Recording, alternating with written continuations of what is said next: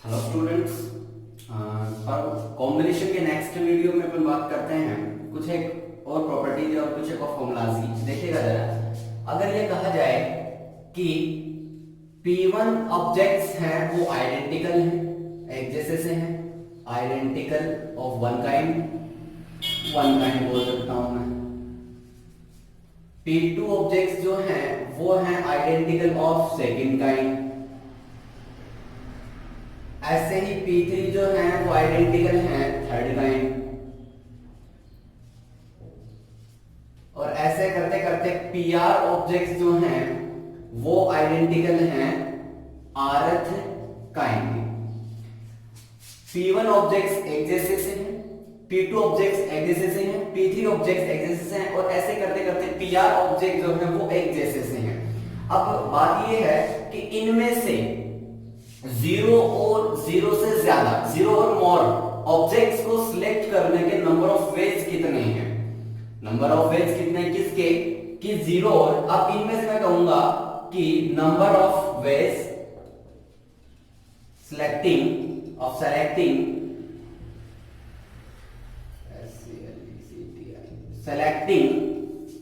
Zero और more objects.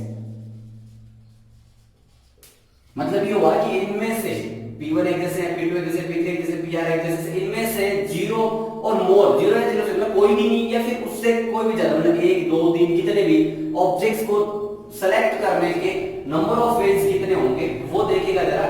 वो number of ways है वो सीधा सा आपको ध्यान में रखना है कि P1 plus 1 into P2 plus 1 into P3 plus 1 dot dot dot dot into में जो चलता जाएगा Pr प्लस 1, ये होंगे नंबर ऑफ वेज। अब ये होते कैसे हैं उसकी बात अपन करते हैं बाय एग्जांपल। देखते हैं जरा, मैंने जो कहा है वो एज इट इज पढ़ा है। मैं एक काम करता हूं, मेरे पास एक जैसी सी क्वांटिटीज हैं कुछ एक, मान लीजिए कि 3 मेरे पास A हैं, ठीक है, 2 मेरे पास जो हैं वो हैं B। सेम क्वांटिटी देखो, इसमें भी नंबर ऑफ काइंड सेम है, जैसे P1 एक जैसे से हैं तो ये A एक जैसे से हैं, B भी एक जैसे से हैं। सिमिलरली मैं बात कर लेता हूं, मेरे पास 4 C भी हैं, ठीक है। मतलब देखिएगा ये मान सकता हूं मैं P1 टाइप, ये P2 और ये P3 एक जैसे से हैं। अब इनमें से कोई जीरो, कोई भी नहीं या फिर जीरो से ज्यादा, मोर देन जीरो एलिमेंट्स को सिलेक्ट करने के नंबर ऑफ वेज मेरे को कैलकुलेट करने हैं। वो देखिए कैसे कैलकुलेट करेंगे। तो एक काम करते हैं, मेरे को ये पता है कि जीरो या जीरो से ज्यादा सिलेक्ट करने हैं। तो देखना जरा, मैं यहां से कोई भी एलिमेंट सिलेक्ट नहीं करूं, मतलब जीरो एलिमेंट सिलेक्ट किया मैंने, एलिमेंट नंबर ऑफ एलिमेंट्स में लिख सकता हूं एंड नंबर ऑफ वेज में यहां लिख दूं।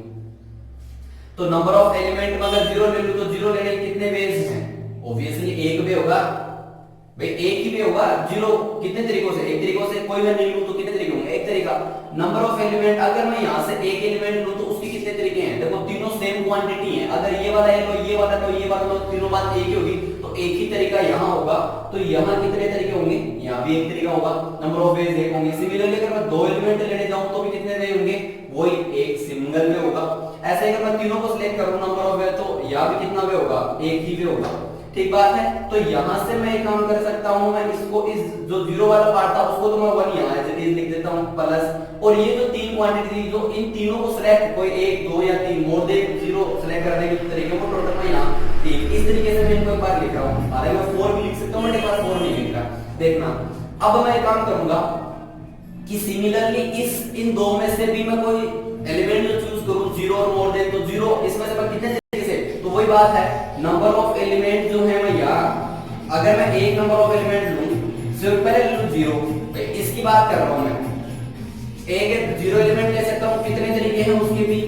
एक तरीका है। और अगर मैं एक एलिमेंट लूं तो उसके भी कितने तरीके हैं? वही एक। अगर मैं दो एलिमेंट लूं तो उसके भी कितने तरीके हैं? नंबर ऑफ वे कितने हैं?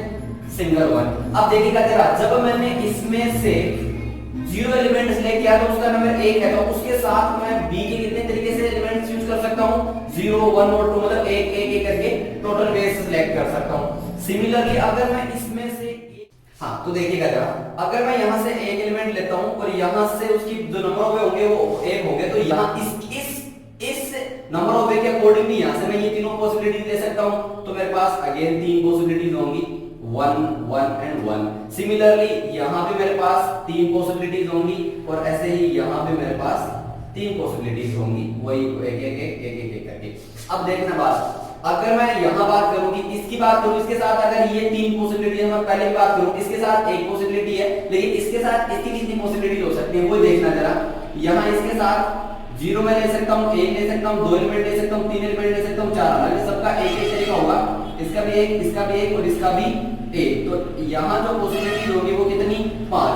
अब 5 पॉसिबिलिटी जिसको मैं ले सकता हूँ 4 प्लस 1 पॉसिबिलिटीज, यहाँ मैं लिख सकता हूँ 2 प्लस 1 पॉसिबिलिटीज।